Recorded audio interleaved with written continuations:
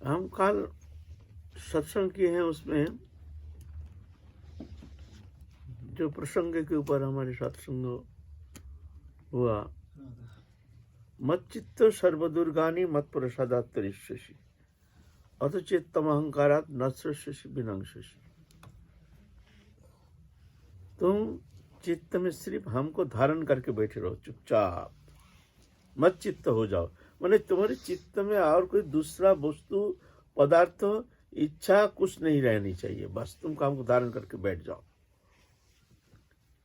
फिर बाकी जो भी करना है वो हम कर लेंगे। भगवान कहते हैं क्यों, हम सर्वव्यापक है, सर्वसमर्थी है, कर्तुम अकर्तुम अन्यथा कर्तुम, सब कुछ कर सकते हैं। तुम ये नहीं सोचना कि हमारी स्वीकृति नहीं है, हमारे बहुत सारी दुष्कृति भरी हुई है, हमारे कर्म संस्कार भी है नहीं, संस्कार भी हमारा अच्छा नहीं है, बहुत सारी कमियां हमारे अंदर है। तो भगवान कहते हैं इससे हमारा कोई लेना देना नहीं है।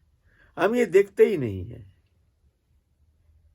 हम ये देखते ही नहीं है कि उसके मन में क्या है, उसको पूर्व प्रारब्ध संस्कार क्या है, उसको कर्म संस्कार क्या है। भगवान कहते ये हम तो देखते ही नहीं। अगर है भी, अगर तुम्हारे अंदर बहुत सारे पूर्व जन्म के कृतकर्म पाप संचित पाप राशि भरी हुई है, अहं त्वं सर्व पापेभ्यो मोक्षयिष्यामि मा शुचो, वो सब हम कर लेंगे, हम तुमको समस्त पाप से मुक्त कर देंगे। उसके लिए तुमको चिंता करने की आवश्यकता है नहीं। जो हमारे इतना पाप राशि, इतना कुकर्म किए हैं, इतना गलत कर्म किए हैं, तो इसके लिए हमको बहुत सारे ना जाने कितना जन्म हमको कर्म फल भोगना पड़ेगा। बोलता नहीं, इसके लिए तुमको चिंता करने का कोई, ये भी देखने का कोई आवश्यकता है नहीं।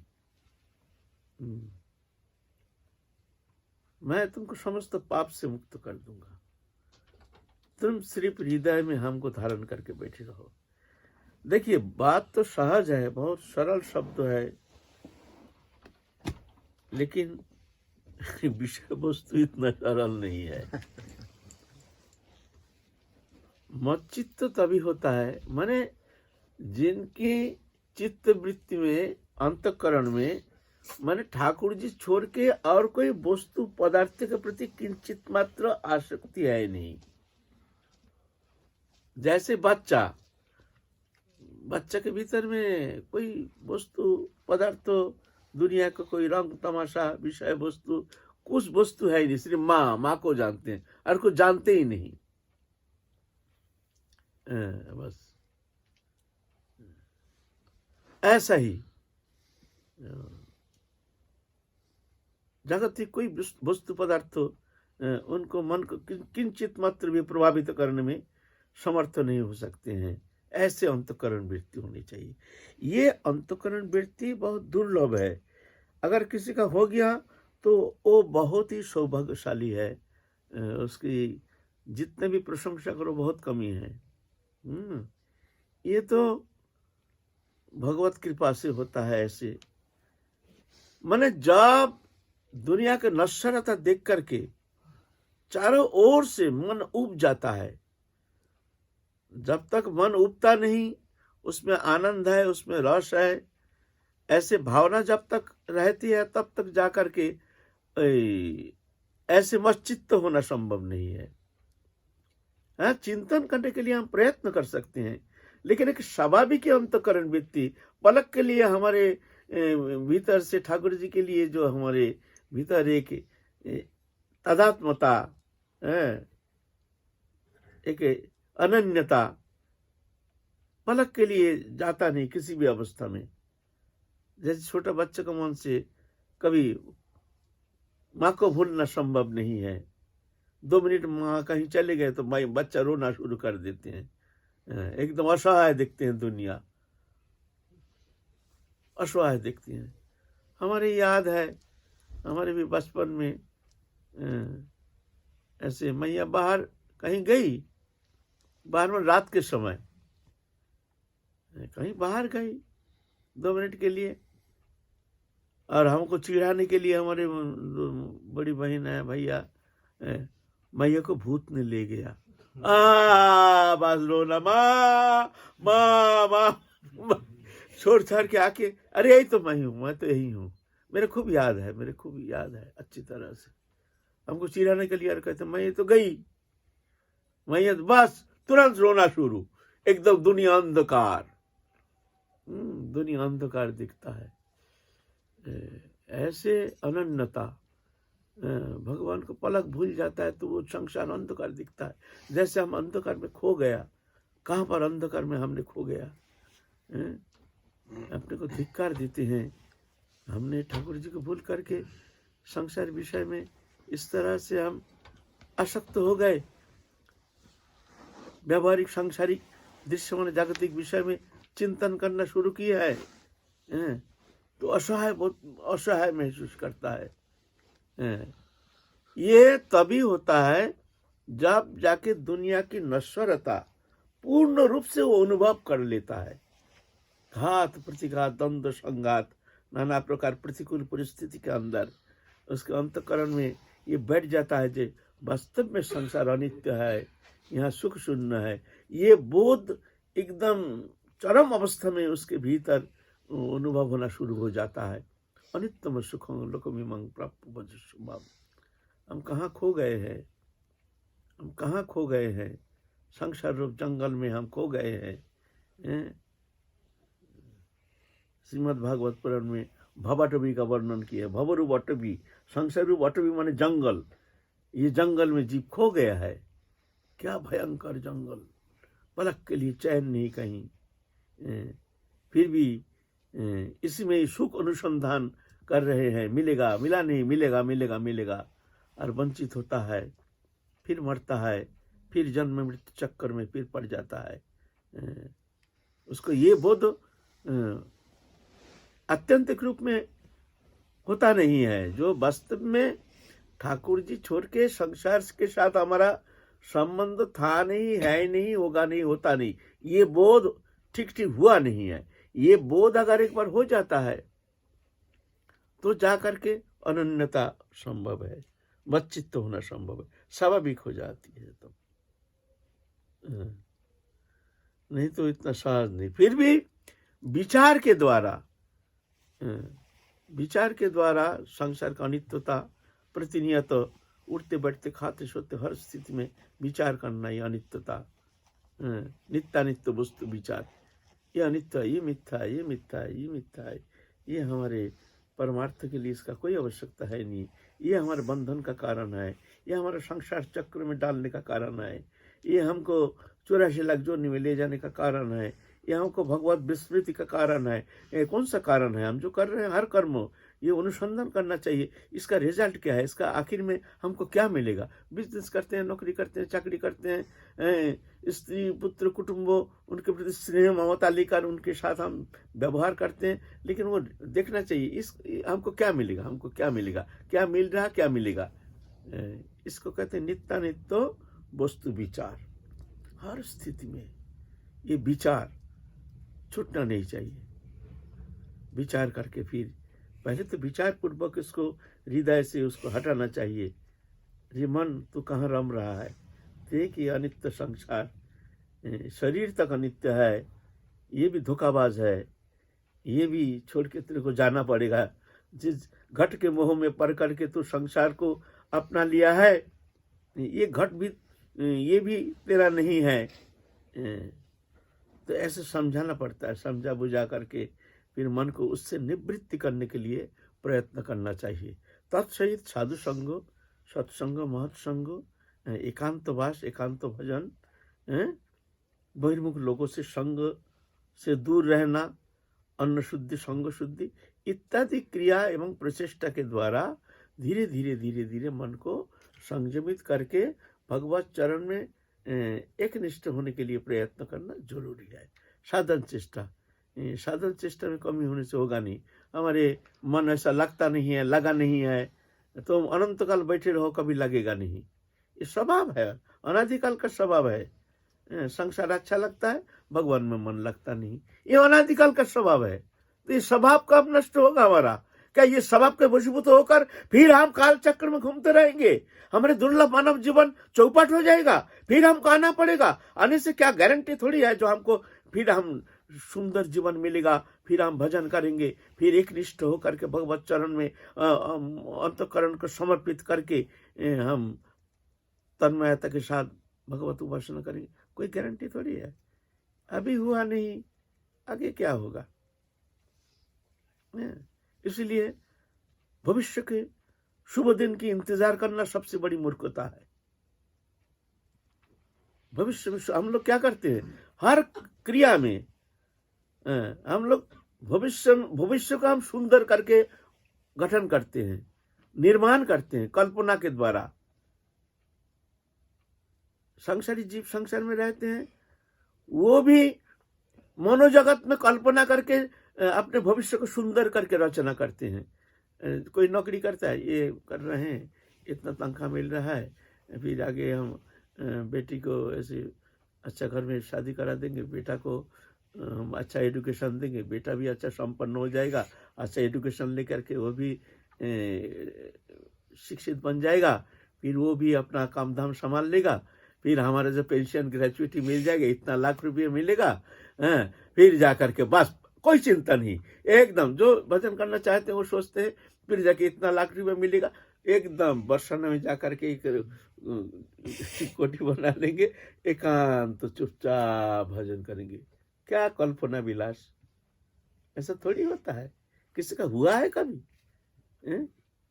कभी हुआ है? आशा नहीं करना, सामने तुम्हारे लिए सुंदर दिन इंतजार कर रहा है। हर समय सोचना सामने अभी जो समय चल रहा है इससे भी खराब दिन आ रहा है। अभी थोड़ा सा नाम करने के लिए तुम्हारा इच्छा भी है, चेष्टा भी करते हो, करने का समय भी है, मौका भी है, शायद ये भी नहीं मिलेगा। तुम किस आशा लेकर भविष्य के भरोसा में तुम अपने वर्तमान सुंदर समय को तुम नष्ट कर रहे हो, व्यतीत कर रहे हो। सबसे बड़ी मूर्खता है वर्तमान को जो अवहेलन करता है। हर स्थिति में, हर पल, हर क्षण, एक एक पल, एक एक क्षण हमारी बीता नहीं जानी चाहिए किसी भी कीमत पर। समय तुमको बर्बाद नहीं करेगा, तुमसे बेईमानी नहीं करेगा। इस जगत में एकमात्र ईमानदार है तो एकमात्र समय है। वो किसी से रिश्तेदारी नहीं करता है। जैसे तुम समय को यूटिलाइज करोगे, व्यवहार करोगे, समय ऐसा ही तुमको फल दे करके चला जाएगा। निरपेक्ष, उदासीन।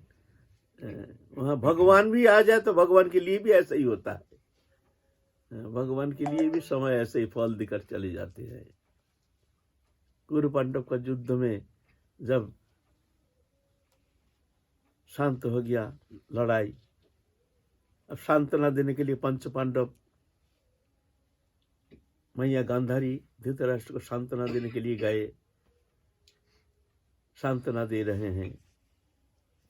जो ऐसे क्षत्रिय में ऐसा लड़ाई होता है, दुख करने का कोई नहीं है, कुछ कारण नहीं है। ताऊ जी, हम लोग 5 भाई हैं, आपकी खूब सेवा करेंगे। लेकिन गांधारी का सहन नहीं हुई। गांधारी के भीतर में जलन, जो वंश रक्षा करने का एक भी पुत्र नहीं रहा। सब पुत्र सब मर, एक भी पुत्र अगर रह जाता, कम से कम हमारे वंश में एक तो रहता, हम उस आशा लेकर के हम जीते जो हमारे एक पुत्र बचा है। इसका कारण क्या है? कारण है ये कृष्ण। इसकी ही प्ररोचना से ये युद्ध इस तरह से संगठित हुआ है और इसके कारण ही विजय प्राप्त किया है। नहीं तो पंच पांडव के द्वारा ये संग्राम में विजय प्राप्त करना कदापि संभव नहीं था, क्योंकि कौरव का बहुत सेना बहुत अधिक था, प्रबल था। कृष्ण ही कारण है। तो गांधारी अपने आंख की पट्टी खोल दिया, खोल करके कृष्ण की तरफ देखा।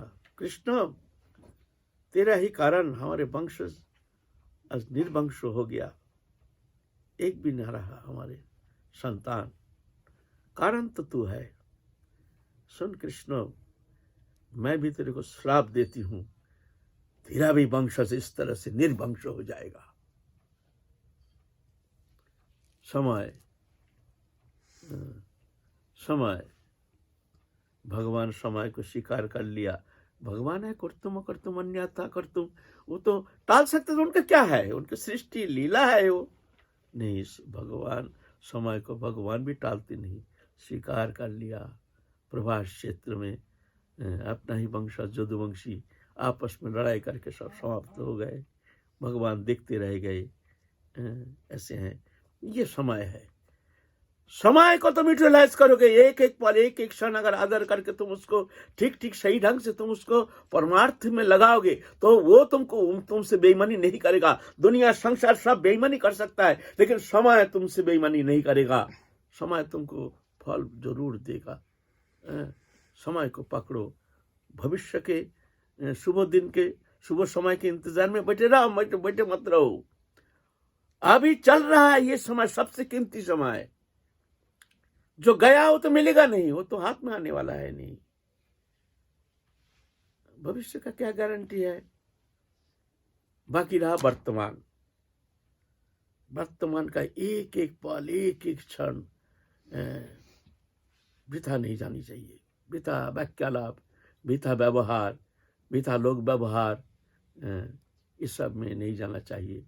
जो परमार्थ लोभी है वो बड़ी हिसाब करके एक एक पल एक एक क्षण को वो व्यवहार करेंगे भगवत नाम में, भगवत चिंतन में, भगवत शरण में रह करके भगवत उपासना में दिन व्यतीत करेंगे। कलह, अशांति, दुख, दन्न, दरिद्र आदि नाना प्रकार झंझाट आदि व्याधि उपाधि नाना प्रकार तो रहेगा ही। शरीर धर्मी मात्र ही ऐसे सामना करना पड़ता है। समशत्रु चौ मित्री चौ तथा मान उपमान शीतुष्ट सुख दुख समसंग विवर्जिता तुल्य निंदा स्तुति मौनि संतुष्ट जनक नचित अनिकत स्थिर भक्तिमान जय समय प्रिय। ये द्वंद्व है, ये द्वंद्व का सामना सबको करना पड़ता है। तो वीर साधक जो होता है वो हार स्वीकार नहीं करता है। हम हारेंगे नहीं किसी भी अवस्था में। कोई भी प्रतिकूल परिस्थिति आ जाए वो टूटते नहीं है, वो पीछे हटने वाले नहीं है। नहीं, हम अवश्य प्रभु के चिंतन में, प्रभु के लिए ही हमारे एक एक पल एक एक क्षण को हम व्यतीत करेंगे। ऐसे दृढ़ संकल्प लेकर के भजन में प्रवृत्त होते हैं, है ना। बाधा आएगी, उस बाधा में उसको स्वीकार करके भगवत चरण में मन रख करके भगवत चिंतन में, भगवत नाम में, भगवत उपासना में दिन व्यतीत करने के लिए जी जान देके चेष्टा करनी चाहिए। तब जाके भगवत कृपा अनुभव करने में समर्थ होता है। दुर्बल चेष्टा, दुर्बल इच्छा, कब शुभ दिन आएगा तब जा करके हम भजन करेंगे। अभी तो हमारे संसार में हम बहुत व्यस्त है, हमारी स्त्री पुत्र कुटुंब परिवार है, बहुत काम है, ये है वो है, ऐसे ऐसा है। अभी भजन करने का समय कहाँ। ऐसे बैठे रहो, आगे थोड़ी मिलेगा। किसी को मिला है, किसी को मिला नहीं। जो वर्तमान को नष्ट किया वो भविष्य को भी नष्ट कर दिया, है ना। तो इस तरह से साधक के लिए जी जान दे करके साधन करना चाहिए। तब जाके ऐसे एक निष्ठ अंतकरण वृत्ति जो बच्चित्त भावना जो है ये तभी जाके धीरे धीरे होना संभव। नहीं तो दुर्गुण ही मच्चित नहीं होने देता है। दुर्गुण ही मच्चित नहीं होने देता है। देखो, दुर्गुण ये जो गुण है, काम क्रोध लोभ मोह, मोह तंद्रा भ्रम रुक्ष रस परिश्रम असत्य क्रोध आकांक्षा शंका विश्व विभ्रम उल्लन काम वैषम्य लोलता मद मात्सर्य आदि जितना अवगुण है ये तो प्राणी मात्र मनुष्य मात्र में है। अब क्या दुर्गुण है क्या अवगुण है, इस तरफ ध्यान दे करके निराश होकर बैठे रहने से काम नहीं चलेगा। अपेक्षित सुदुराचार भजत माम अनन्य भाग। अति दुराचार व्यक्ति अनन्य भाव से मेरा भजन करते मेरे शरण में आता है, साधु वो सम्मंतव्य। अर्जुन उसको साधु समझना उसको तुम। भगवान तो खुद कह रहे हैं। तो दुर्गुण को देखने से होगा नहीं। था जो हाँ जो था ठीक है ठीक है, क्या करें, हमारे दुर्भाग्य है, लेकिन हम तुम्हारे शरण में आए हैं, अब तुम हमको नहीं छोड़ोगे, ये दृढ़ विश्वास है। तुम पतित पावन हो, तुम दीनबंधु हो, तुम अगतिर गति हो, तुम जगतपति हो, तुम जगन्नाथ हो, हैं? तुम भक्त वत्सल हो, तुम शरणागत वत्सल हो। अगर ये शब्द एक क्वालिफिकेशन सिर्फ एक शब्द मात्र है तो बात अलग है। अगर सत्य है तो हम तुम्हारे शरण में आए हैं, तुम हमको शोधन करके अपना बना लोगे। तुम्हारी कृपा के बल पर हम तुमको प्राप्त करेंगे, हमारे साधन के बल पर नहीं। ऐसे भगवान तो देखते ही नहीं। वो पापाचारी, दुराचारी, अभिचारी, कदाचारी, व्यभिचारी, ये सब भगवान देखते ही नहीं, क्योंकि सत्ता तो उन्हीं का ही है ना। ये तो अलग सत्ता नहीं है। ममई वांश जीवलोके जीवभूत सनातन मन षष्टानि इंद्रियानि प्रकृति स्थानी कर्षति। मेरा अविनाशी अंश है जीव, लेकिन जीव बन करके प्रकृति स्थानी कर्षति, प्रकृति को आकर्षण करके मन एवं ये चक्षुकर्ण नासिका जीवा तक इस इंद्रियों के द्वारा प्रकृति को आकर्षण करके प्रकृति के गुण समूह को भोग रहा है। लेकिन ये ऐसा भोगता नहीं है, ये तो मेरा अंश है, ममई वांश। ये जीव बन करके, भोक्ता बन करके संसार चक्र में घूम रहा है। ना ये भोक्ता ना करता,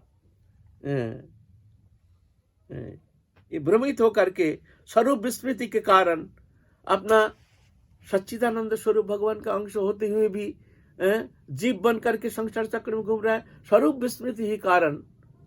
तो वो स्वरूप जगाने के लिए ध्यान धारणा उपासना जरूरी है, चेष्टा करना चाहिए।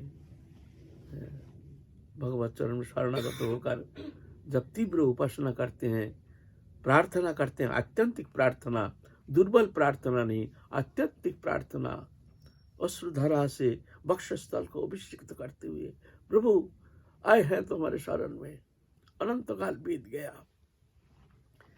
आप आए हैं, कैसे भी हो तुम्हारे शरण में आए हैं, तुम हमको छोड़ना नहीं। हम तुमको छोड़े ये तो हमारा स्वभाव है, लेकिन तुम हमको छोड़ना नहीं। मैं तुम्हारे शरणागत हूं, हमको छोड़ना नहीं प्रभु। हृदय से, सच्चा हृदय से अगर ऐसे पुकार एक बार आ जाए तो भगवान क्या कभी छोड़ सकते हैं? कभी? सत्ता तो उन्हीं का ही है। ये तो बनावटी सत्ता नहीं है जो भगवान से हम संबंध जोड़ेंगे। ये बनावटी है, ये बनाने वाला संबंध थोड़ी है। ये नित्य सत्य सनातन। बनावटी तो संसार से हमारा बनावटी संबंध है, लेकिन ठाकुर जी से हमारा बनावटी संबंध नहीं। हम भूल गए हैं, बस ये सत्य है। भूल को मिटाओ। देखो, सबसे प्रियतम, सबसे निकटतम, सबसे आपन, अखंड आनंद सिंधु, ये बनावटी नहीं। हम भूल गए हैं, भूल ही कारण है। भूल को मिटाना है। भजन क्या है? भूल को मिटाना है। ये संबंध क्या जोड़ोगे? तो भगवान कभी छोड़ने का कोई संभव नहीं, सवाल ही नहीं है। भगवान देखते ही नहीं, ये पापी है, दुरात्मा है, ये देखते ही नहीं।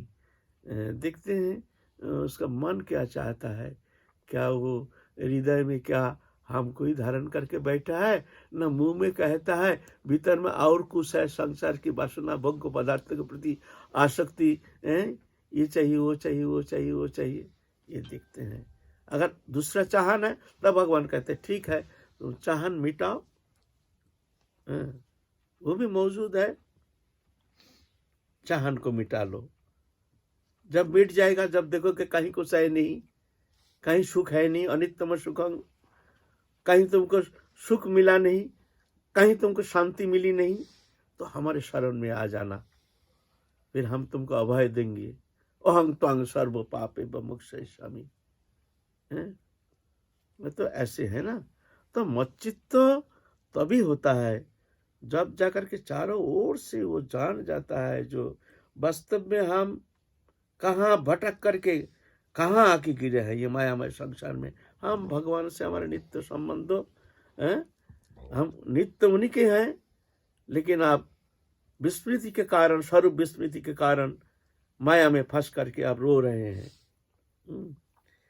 ये बोध की जागृति होने से, संबंध बोध जागने से तो स्वाभाविक ही तो मच्चित्त स्वाभाविक ही ऐसा होना शुरू हो जाएगा। नहीं तो ऐसे विचार करके मच्चित्त होना कठिन बात है। ऐसे ऐसे कोई भाग्यशाली हो गया तो बहुत सौभाग्यशाली है। ये बात है। बोलो। चित्त शुद्ध जब तक नहीं होता है तब तक वो प्रार्थना भी शायद नहीं जागती है। जो ना, ऐसे बात नहीं है। थोड़ा सा बोध होने से सत्य बोध, संबंध बोध। ठाकुर जी तो हमारे सबसे निकटतम और सबसे प्रियतम है ना। वहां तो कोई संकोच नहीं, लज्जा नहीं, कोई भय नहीं। बोध थोड़ा जागना चाहिए। बोध जागने से फिर जाकर के ऐसी प्रार्थना आ जाती है।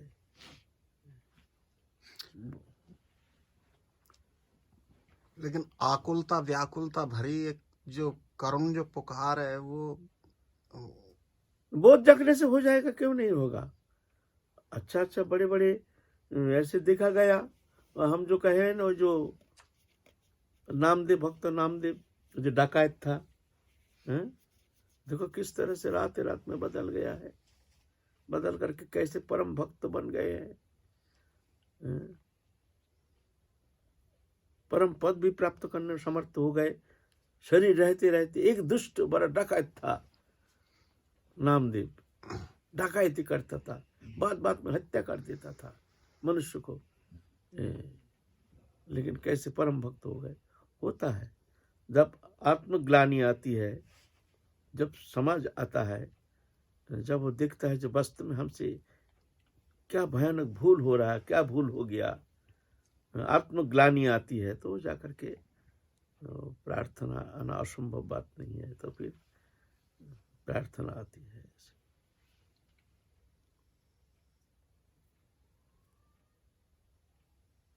हमारे समझ ही है नहीं, प्रार्थना आएगा कहाँ से। हम तो मोहित है ना, मुग्ध है। सांसारिक दृश्य मन जागतिक वस्तु पदार्थ तो हमको अच्छा लग रहा है, जिस कारण वो व्याकुलता उत्कंठा, वो प्रार्थना आती नहीं है। ऐसे करते हैं प्रार्थना, शाब्दिक प्रार्थना, लेकिन हार्दिक प्रार्थना जो है ये तो तभी आता है जब वो असहाय दिखता है। हम कहाँ भटक करके कहाँ आ गए हैं, कहाँ माया चक्र में पड़ करके एक शरीरधारी बन करके हम आए हैं संसार में। देखो आज इस शरीर रहते रहते अगर भगवत प्राप्ति नहीं हुई तो क्या भयानक स्थिति आ जाएगी। फिर हम कहाँ भटकेंगे 84 लाख जोनी में, तो भय भी तो हो जाएगा। प्रार्थना आएगी नहीं, कैसे नहीं आएगी, आ जाएगी। बोध ही नहीं, हम जो भटक गए हैं ये बोध ही नहीं। ये बात है। तो बाबा नकारात्मक सकारात्मक सोचते हैं, बार बार मन नकारात्मक की तरफ चला जाता है। ऐसा क्यों? सोचते हैं भगवान कोई अच्छा कार्य, भगवान की भजन करें, पर बार बार मन सकारात्मक से नकारात्मक की तरफ चला जाता है। ये संस्कार है, तीव्र संस्कार है, प्राक्तन संस्कार है। संस्कार खींचता है उसको, संस्कार ही कारण है। फिर सत्संग में रहने से, एकांतवास करने से धीरे धीरे धीरे धीरे संस्कार के भी परिवर्तन होता है। संस्कार एक सा नहीं रहता है। सत्संग से बहुत देखा गया, बड़े बड़े दुर्जन भी सज्जन हो गया है, और अच्छा अच्छा सज्जन भी दुर्जन हो गया है। जैसे अजामिल एक सज्जन था, लेकिन दुष्ट संग से पढ़ करके दुष्ट बन गया। ऐसे तो ऐसा नहीं, स्वभाव का परिवर्तन होता है, संस्कार का भी परिवर्तन होता है। जैसे संग ऐसे रंग। हम तो बताएं संग माने बाहरी संग नहीं, घर का संग भी बड़ा खतरनाक होता है। घर में जो जिनके साथ हम रहते हैं उनका संग का प्रभाव सबसे अधिक होता है। प्रेम, प्रीति, माया, ममता, स्नेह, ये सब अद्भुत सुंदर तरीका से हमारे मन को मोह करके, फंसा करके संसार चक्र में ले जाता है।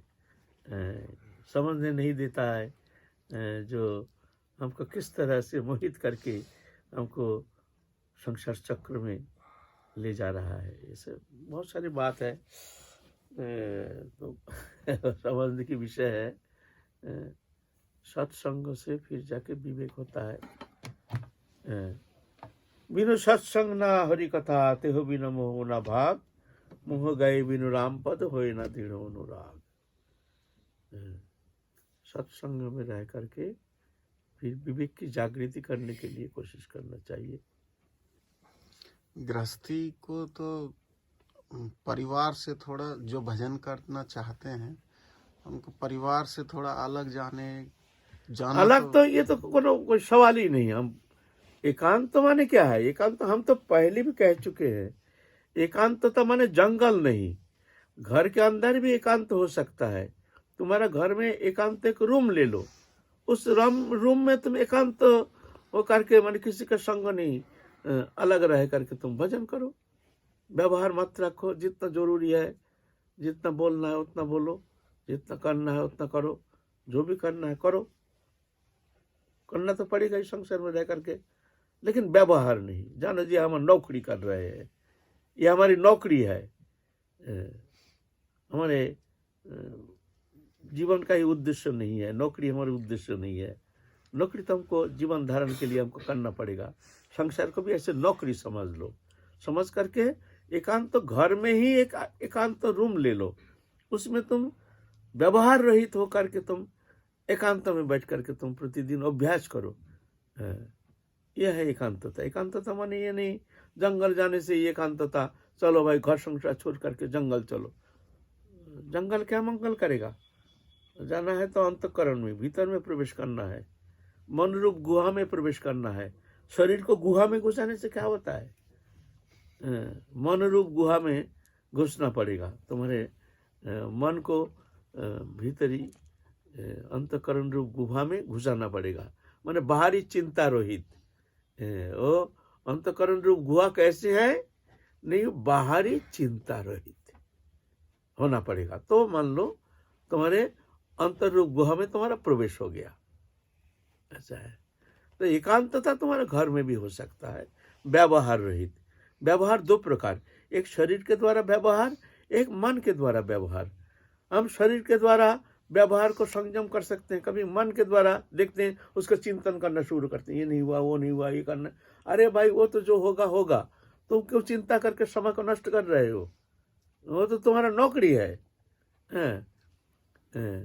एक मन के द्वारा व्यवहार, एक शरीर के द्वारा व्यवहार।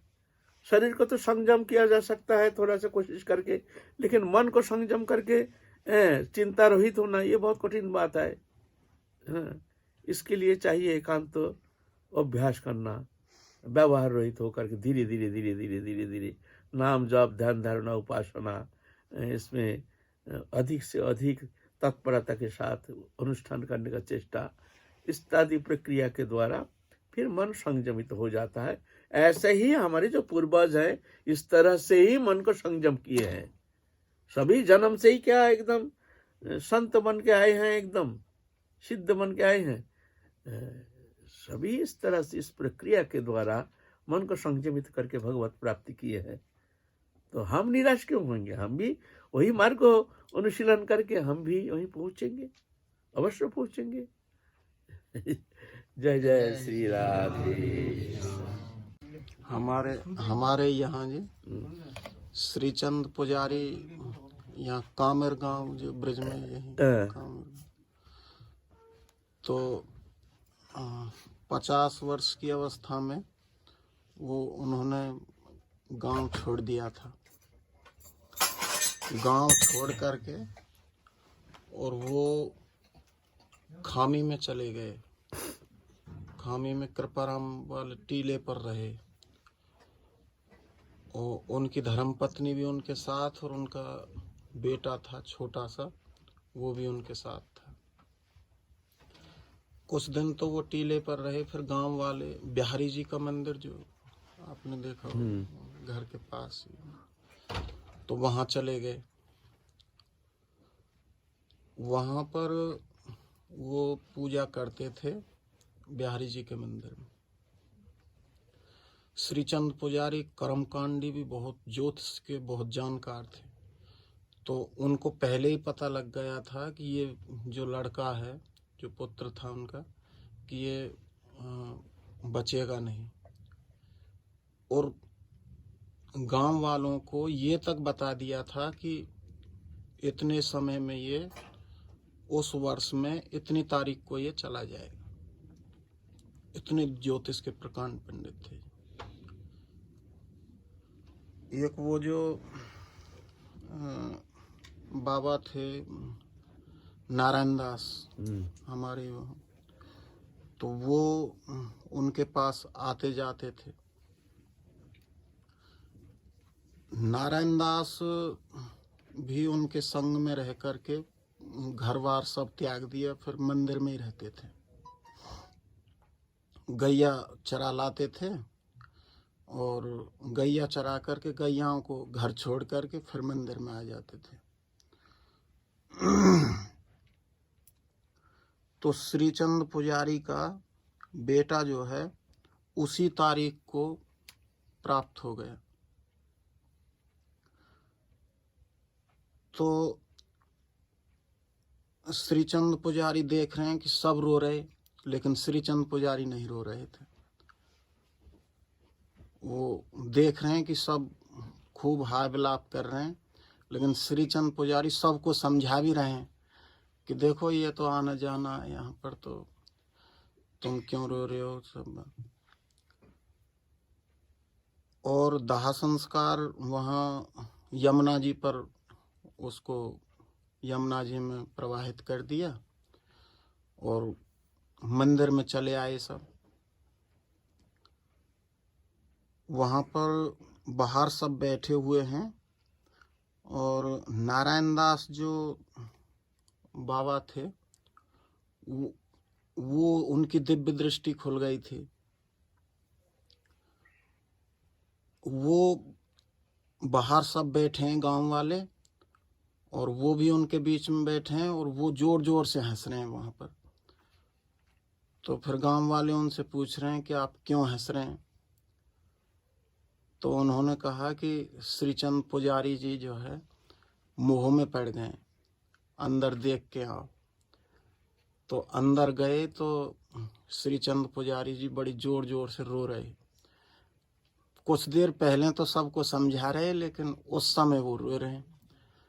तो फिर उनको लेके आए श्रीचंद पुजारी को कि आप तो इतने ज्ञानी होकर के भी पुत्र मोह में ऐसे कैसे सबको समझा रहे, और फिर भी। तो वो कह रहे कि ये संग दोष ही इसका कारण हो सकता है। मैं गया भीतर, जिस कोठरी में वो रहता था उसमें उसके वस्त्र और वो सब देख करके मुझे जो है रोका नहीं गया।